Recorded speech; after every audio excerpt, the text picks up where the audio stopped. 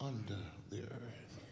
Portion of verse 5 says, for I, the Lord your God, am a jealous God. Talk about worshiping God the right way. Worshiping God the right way. You remember from last time we were challenged to worship God exclusively. For he says, you shall have no other God before me. Which is to say that God is the only God who is true and living. And he is the only God who is worthy of our worship. He made it very clear that he will not tolerate any competition when it comes to our adoration to him. And so that's why today I want us to look at that second command, which is very closely related to the first command. In fact, some theologians regard the first two commands as one in the same. But however, there is a difference between the two. The first command forbids the worship of other gods. The second command forbids the making of other gods for worship.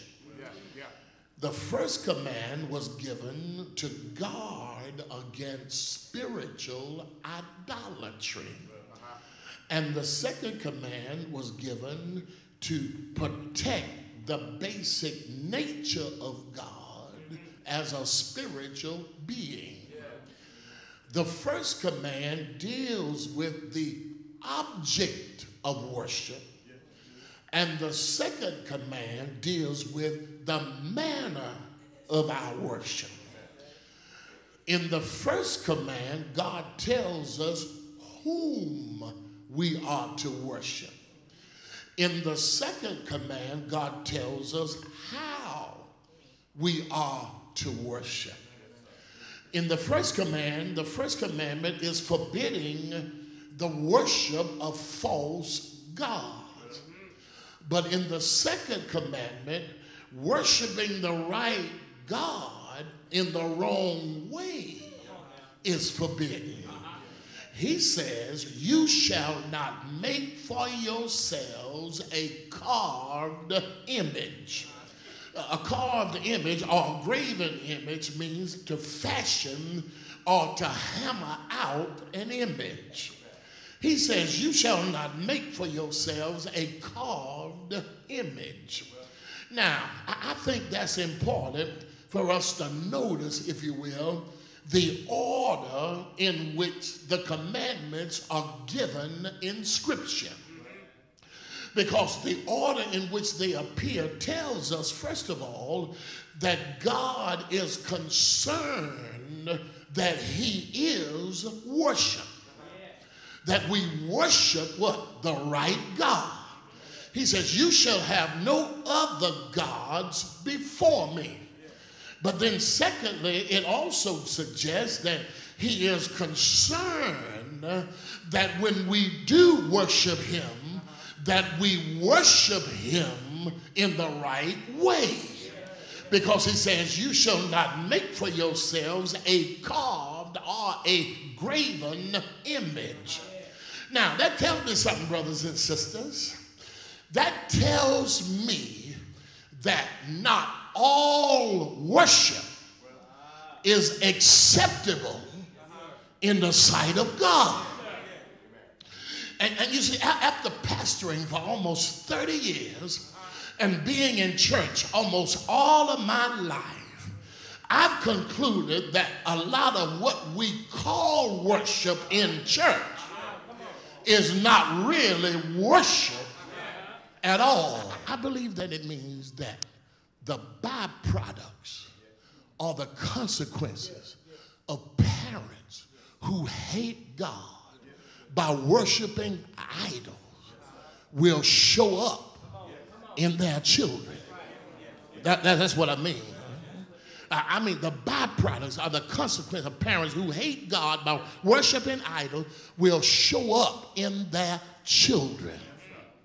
And we see the evidence of that every day.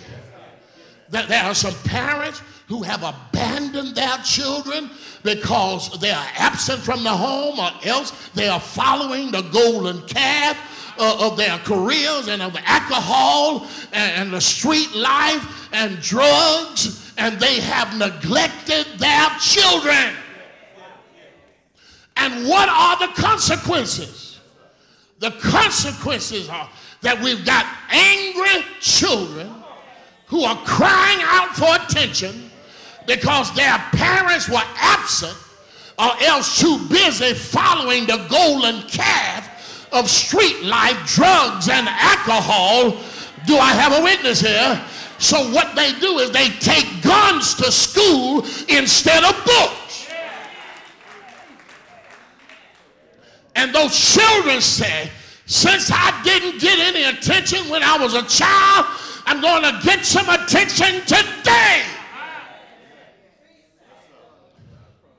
There are some fathers who have abandoned their children for the golden calf of crack cocaine. So what is the results, preacher? The results is we got children joining gangs. We got children becoming gang bangers. We got children roaming up and down the streets all times of the nights and mornings. Do I have a witness here? We got children that if you look at them funny, they'll shoot you down because they have no regard for human life. Do I have a witness in here? Because their fathers have been absent in the children's lives, they don't even know how to settle a conflict. I wish I had a witness here. They don't know how to settle differences whenever they come across somebody that doesn't go along with them or doesn't agree with them. Because now they say, if you cross me, I'll kill you. But when a father is in a young man's life, a father teaches a boy that you ain't got to settle your conflicts with a gun. That you got a brain. You need to think. You need to know how to get out of some situation without using physical force. So because of idol gods that we've been following, we see the consequences in our children and in our grandchildren.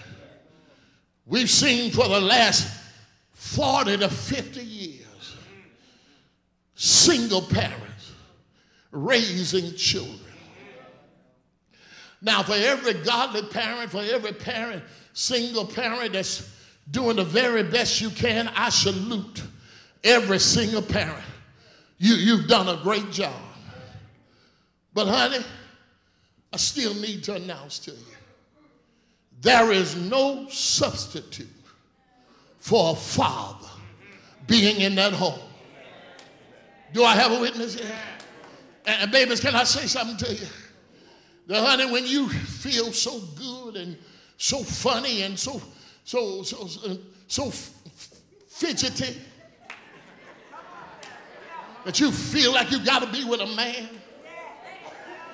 and you understand that nothing is foolproof, that you are in danger of bringing a child into this world, that you're in danger of bringing a child in this world who won't have a father. I wish I had somebody. And you got to understand, life is more than about feeling good, more than about being with some man. I wish I had somebody.